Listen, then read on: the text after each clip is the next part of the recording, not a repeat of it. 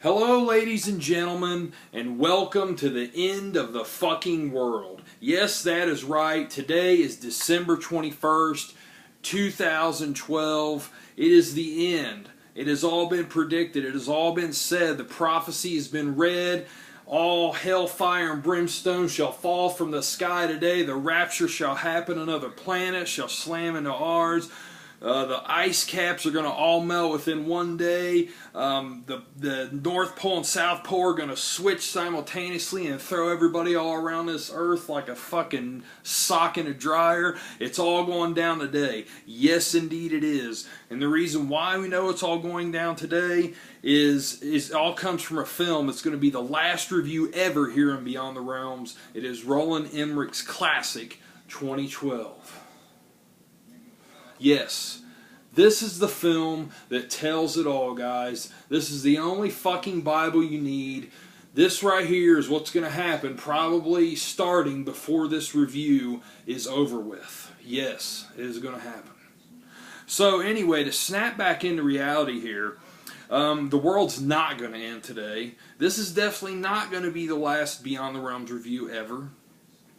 And, you know, this film is basically full of shit, just like all those other end-of-the-world prophets of doom bastards out there that like to spread fear all around the world and of, trying to gain the almighty dollar and gain a step up on all the gullible people out there. But with that said, I have to give props to Roland Emmerich, man. This guy, I love him. I love him to death because he knows how to destroy the planet better than any motherfucker out there. I don't care who it is. This guy is better than you at making end-of-the-world movies. Between Day After Tomorrow and this, I mean, just two amazing films about the end of the world. And not amazing in any storytelling way whatsoever. Just amazing in how he can destroy the world and have you cheering, "Fuck yeah, man! Look at that shit blow up! Look at that fucking goddamn car fall down through the crack in the earth!" I mean, you just cheering it on. And then when you really look at it, you're like, oh my god, I'm cheering on the world ending. But it's all because you know how to have fun, and that's what this movie is to me. I have always really liked this movie since it came out. I'm just going to briefly go over it here. It tells a story of Jackson Curtis, whose family's all in an upheaval. They're going through divorce, all this other shit. Kids are all split up between the family. Well, in the meantime, these scientists are figuring out that Earth is heating up faster than ever. Shit's going on. There's solar flares that are happening that's going to disrupt everything. And in the meantime, John Cusack gets his kids, he gets away, all this fucking chaos is starting to happen. LA just basically gets wiped out within 10 minutes in this film, about a half hour into it, and it is an effect extravaganza. I mean, it is just so amazing to look at. And I mean, special effects, CG does not age well. It's like taking a bite out of an apple, going back to it 5 minutes later, it's brown. That's like how well CG ages. It's very quick. It looks old. But actually, just rewatching this again, with this movie being 3 years old, it actually still looks pretty damn good, surprisingly. It was ahead of its time. It was pushing the boundaries of CG at the time, and it still looks pretty damn good. And LA getting destroyed has never looked more beautiful. Roland Emmerich, you just know how to destroy shit. Oh, you do. And I love it. I hope you make more disaster movies and destroy the whole universe next time.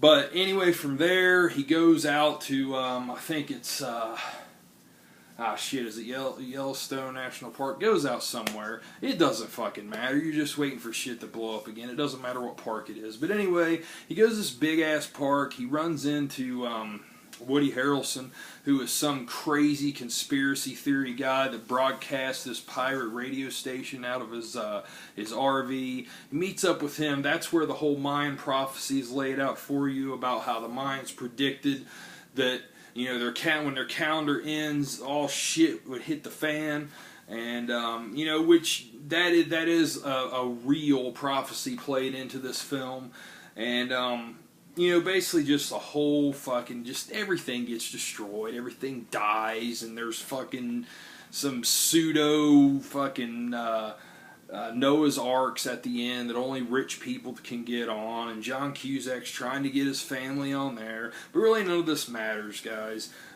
It's just a movie that you have to look at as fun entertainment. And if you like big, dumb, special effects laden summer blockbuster films like I do, I'm definitely guilty of that. And I have no qualms about admitting it. But if you love films like that, this is one to definitely see.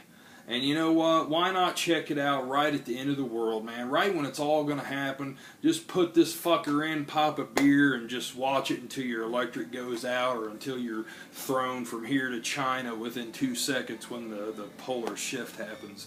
But anyway, guys, I like this film. It's a great guilty pleasure of mine. I think it's a little bloated. It runs a little long. It's like 2 hours and fucking 40 minutes or some shit. Yeah.